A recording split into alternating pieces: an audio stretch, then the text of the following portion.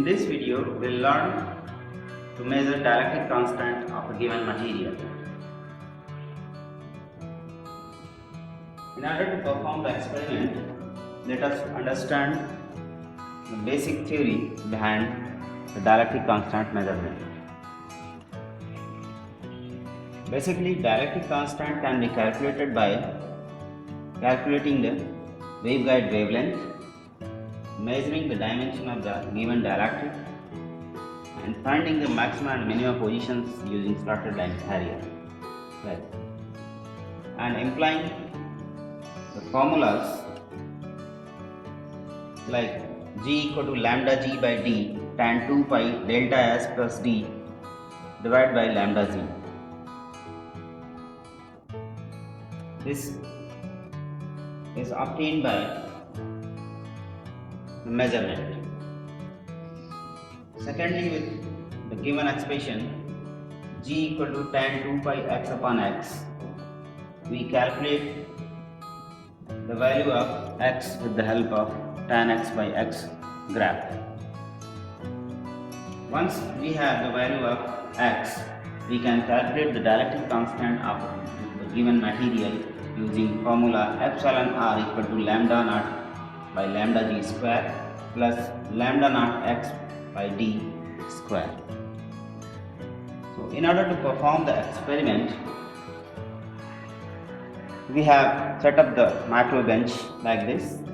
We will use a klystron power supply, a klystron mount with reflex klystron oscillator, an isolator, a variable attenuator, a frequency meter, a slotted line carriage, a matched termination, digital storage oscilloscope, and VSWR meter. In the first case, we will measure the maxima and minima of the standing waves using slotted line carriage. In this way, we will be able to calculate the waveguide wavelength lambda g. And cutoff wavelength can be calculated by the well-known formula for cutoff wavelength for T10 mode, that is dominant mode, that is given by lambda c equal to twice of A, where A is broader dimension of the waveguide. This waveguide is of X band, so this is the inner dimension is 0.9 by 0.4. So this is around 2.238 centimeter. So in this way, we have cutoff wavelength for this particular waveguide equal to twice of A, that comes out to be 4.572 centimeters.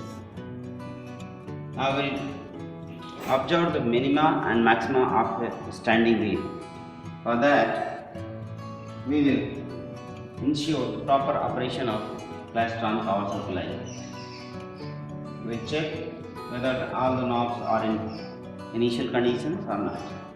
So before putting the system in on condition, we will ensure that HT is in off position, beam voltage knob is at minimum position, repeller knob at maximum position, that is fully clockwise, meter selector switch at V position or repeller position depending upon the measurement needed, frequency and amplitude knobs at minimum positions, and modulation switch at AM position. So we will now turn on the power supply of klystron power supply and will wait for a few minutes so as to provide heating to the klystron. Once the heater is active, we can put HT switch in on mode. So we will put the HT switch in on mode. Now we will set this beam voltage at around 253 volts and repeller voltage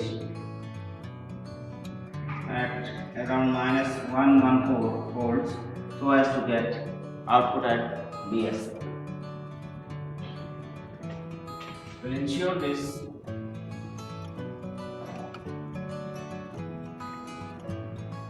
by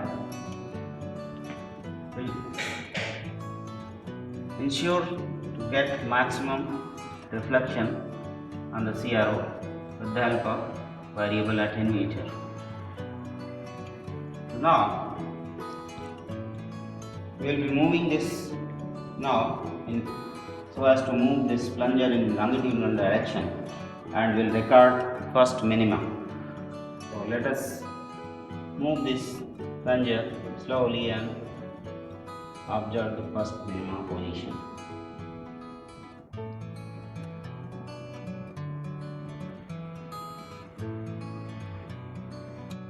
So the first minima position is at 8.9 centimeter. We will record this in our observation table.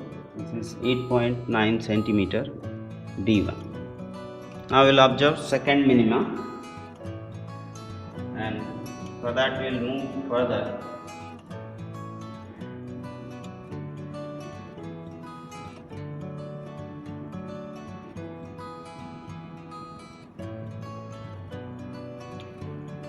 So this is around 11.15.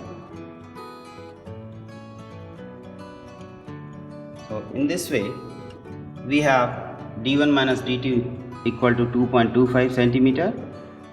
This gives the cut waveguide wavelength equal to 4.5 centimeters.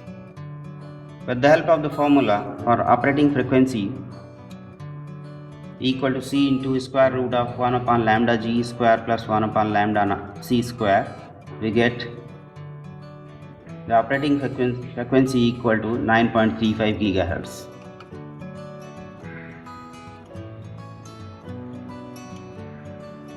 Now we will put this dielectric material inside the slotted line carriage port. For this we will remove the mass termination from the output side and insert this dielectric material inside the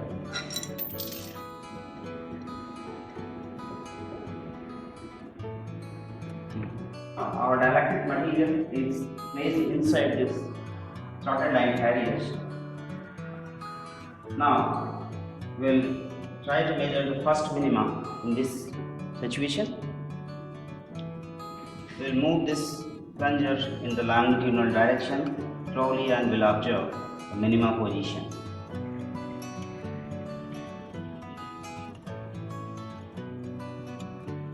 This is the minima position, and this is equal to 7.5 centimeter.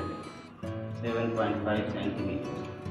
So this gives delta S equal to 1.40, that is mod of D3 minus D1, and dielectric dimension that we have measured was equal to 1.5 centimeter.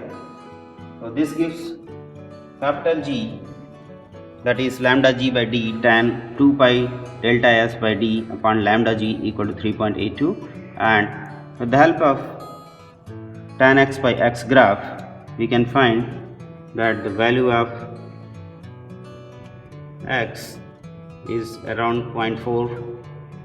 So we'll put this in our table, and this is the calculated dielectric constant with the help of the given formula, that is epsilon r equal to lambda naught upon lambda G square plus lambda naught X upon D square. So this is 2.518. So this is the measured value. Practically we have obtained dielectric constant of plastic rubber material equal to 2.5, which is very close to the theoretical values given in various literatures. The value of dielectric constant for rubber materials ranges between 2.1 to 3. So our measured value is 2.5. So in this way we have measured the dielectric constant of the given material with the help of microdegree. Thank you very much.